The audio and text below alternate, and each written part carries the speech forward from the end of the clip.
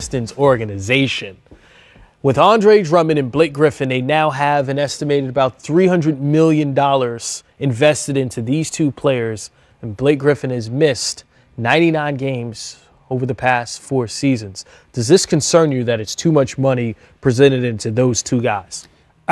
Yes, and if I was to go back and take a look at why are we here, and why are we gambling? Why is this such why do we have to gamble now? Because of the job that the Pistons have done in the draft by passing on Booker and passing on Mitchell. I mean, arguably you could have, Mitchell and Booker, and you have the premier backcourt, one of the premier backcourts in the league.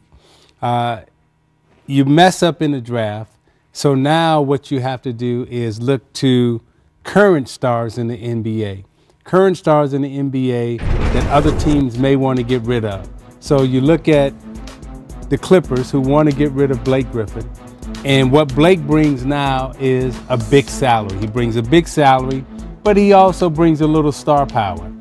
Where the star power is really centered at in the NBA right now is at the point guard position and the perimeter. This is a league right now where it's heavily three-point shooting, perimeter-dominated small ball teams. But when you have Griffin and you have Drummond now at the 4 and the 5, either you're going to change your style of play, you're going to change your philosophy, something that you've been wedded to over the years, and you're going to play maybe a Memphis style of play now, old Memphis, pound and ground type of basketball. But what Stan has been known for in terms of shooting the three, trying to, have pace up and down the court, you don't have that when you got Drummond and Griffin. Now, Drummond and Griffin are all-stars. They are extremely talented. However, is this the way you build a basketball team to win in this era right now? What do you think of that, Sam? I mean, is this a change in strategy for Detroit? I mean, it sounds like that's what Isiah is saying. Well, 2 things. One, if there's a Mitchell in the draft, don't pass on him. That's one thing I've learned tonight. And 2, I don't know if it's a change, but one thing, look, I like the deal because, as David said, they were in a nice place. They weren't going anywhere. At least now they have a star to build around.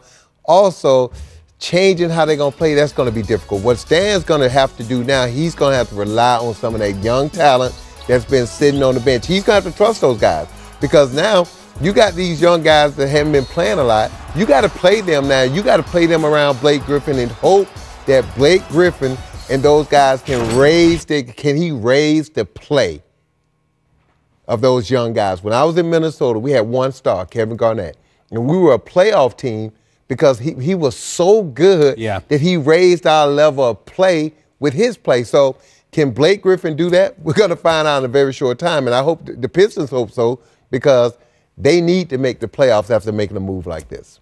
Giannis Antetokounmpo of the Milwaukee Bucks seems to be raising the play of those around him, and Jason Tatum playing well, getting the compliment of Kyrie Irving. Those two guys, we got to check them out next on NBA Game Time presented by Kia. 9 on the shot clock. Tatum takes it to the basket, spins it home. Nice move by Tatum. He's been watching Kyrie. That was a tough move right there. Giannis, 2 to shoot, 1 to shoot. Cranks up the 3. Yes! ABC. Easy as 1, 2, 3 for the alphabet.